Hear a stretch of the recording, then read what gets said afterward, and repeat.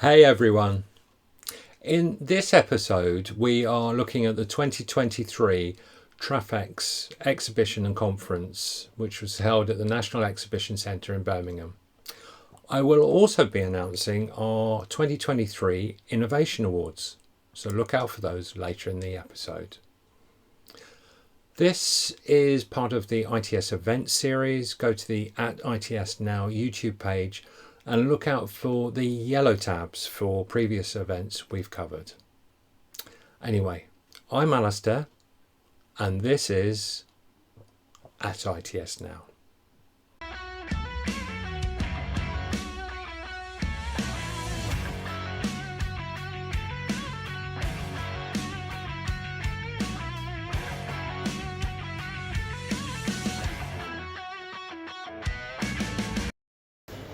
So I'm here at Trafex this morning. It's still before the doors have opened, so it's very quiet around here. You can see final preparations are still underway.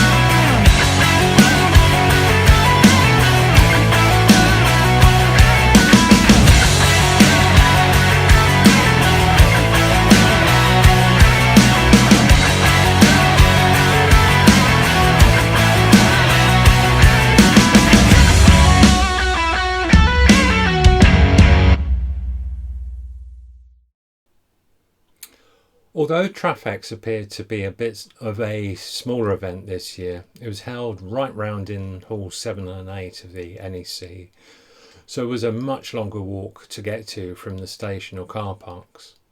The organisers should be congratulated on putting on a good event. The balance of the exhibition has changed over the years. The proportion of the exhibition assigned to ParkX exhibitors seemed to be even larger this year. And although technology was well represented, there were a number of companies who were noticeably absent. I would say, though, that the conference programme covered a very comprehensive and interesting set of topics, and the audience were engaged by these. Although I was a panellist in the first session of the event, using data to improve our road network, we still had some interesting questions at the end. Thank you to Max Sugarman at ITS UK for inviting me to speak at this. Elsewhere, the keynote speech by CEO of National Highways, Nick Harris, looked at the issues National Highways has experienced delivering their works packages for improvements to the strategic road network and what their priorities will be going forward during their third road investment strategy period, known as RIS3. Okay, so now it's time for our 2023 Innovation Awards. Last year, our third place award went to Liverpool Cities for their sensor platform, which fitted to the top of street lighting luminaires. Second was NAL for their access chamber lid lifting worm screw. And our winner was the AGD 650 AI detector from AGD. Before we reveal this year's recipients, we're going to catch up with NAL, who have gone on to improve their design.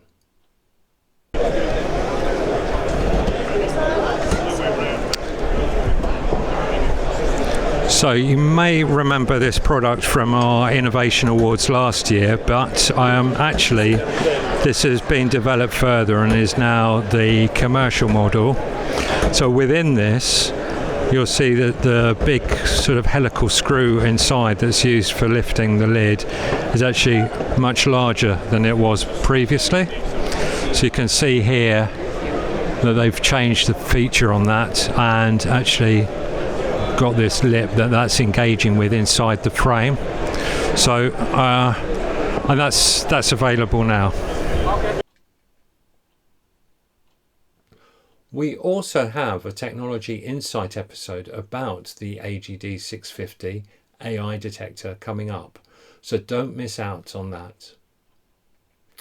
So our 2023 Innovation Awards go to... In third place, we have the PTC3 traffic signal controller from Swarco. This includes a very capable technology platform which features a number of innovations, including lamp switch cards that are capable of operating at either ELV or LV voltages. It just depends on the software configuration for setting this. In second place, we see Traffic Group Signals Metro temporary traffic signal. In particular, we're looking at the software configuration package for this, which is a very sophisticated and capable package that actually exceeds many of the permanent traffic signal controller configuration setups. So here we are. The winner of the 2023 at ITS Now Innovation Award is the Unex Traffic Fusion Urban Traffic Control System. This moves forward from the existing capabilities used by the majority of highway authorities in the UK, and I understand that it is currently being trialled in London and Hampshire and is due for general release later this year. The importance of this new UTC platform cannot be understated. It is as big a development as Scoot was when it was first introduced by TRL back in the 1970s. Remember to hit subscribe for ITS Now. Right, so we're at Unex and we're going to learn a little bit about UTC. So we're here with Andy Hamilton. Andy, can you tell us a bit about what you're up to? Absolutely. So we're just about to release the latest version of UTC, which has lots of upgrades over the previous ones. We've made it easier to do plans, make Scoot plans a lot easier. We've made timetables a lot easier, and ultimately we're about to release Fusion. So we want to get Fusion out there. It's been in the trial stage for the last couple of months with Hampshire and with London, and we've seen some really good improvements for coordinating the junctions. We've got reduced delay and stops and improved journey times across the areas that we've tried it in. So now we're really here at the show trying to show that off a little bit and let people see how it's working. So Fusion is very much our replacement of Scoot as we go into the future. Yes. So Scoot's been around for many years, 45 years I think, when it first went out on street. And I think Scoot was very much looking at how do we get as many cars through junctions as possible with a few bolt-ons. Yes. And now we're trying to say Fusion is about looking at all the different road users, so whether it's pedestrians, cyclists, buses, whatever we want to get through. Much more balanced approach and reflecting the change in the hierarchy of users on street. Absolutely, and the policy sort of shifted that way as well, especially in recent years, to promote active travel throughout the network. So now we're trying to model the different road users and actually get the best out of the network to help them. Brilliant. So have you got anything you can show us here? So the internet hasn't been great, which we'll see how this goes. So this has been very much a real-time view of what's happening at a specific Fusion junction. So it gives you. So this is a real site. This is a demo site. Okay. Yeah, Okay. Yeah. So yeah, this is trying to show what's sort of happening in terms of the stages for each of the links. But what I will do, we have a little simple visualization, which looks really messy because I've been playing with it for the demo, so apologies. But we're trying to showcase what Fusion sees from the detectors on street. Now, these are all cars, but let me pretend I'm going to send a bus into this network, if I can quickly. Very, very high level. You need to know. Appreciate. So we can see on here that there's a lot of information that is possible to display with the map background and all the operational aspects as well. Absolutely, and I'm doing a little bit of trickery here, but this could be very much a real junction. Yeah. You'll see a detector come in as if a bus was driving over it. So I'll trigger that, and then when we go back to Fusion, if the internet's actually worked for me, there we go. So now we see a different mode. It's got a big star there just because we're giving it priority. We wanted to get the bus through, and then you can sort of see, okay, the Fusion model cleared it, and all was good. But we have a few different displays going on. So people have said to us, Scoot have lots of zeros and ones. Yes. It's hard to understand what's actually going on. Yes, exactly. So we've created a very simple but busy display. So get ready for some lots of moving. We nicknamed this our Guitar Hero view. Right, So this shows you've got 7 different junctions running within the region, and ultimately you want to know what they're actually doing. So if you're on street trying to think what's happening at all the junctions, you can see it.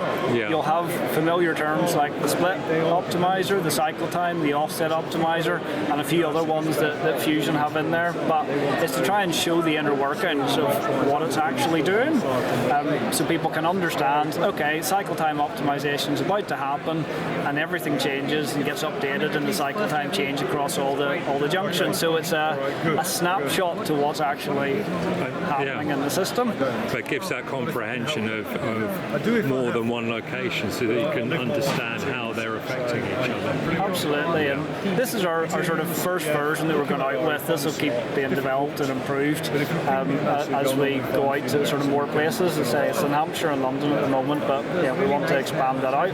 Good to meet you. And maybe just a quick display. Now again, this is just demo data, but if you want to start looking at the history, again, if the internet actually works for us, it's not looking hopeful right now.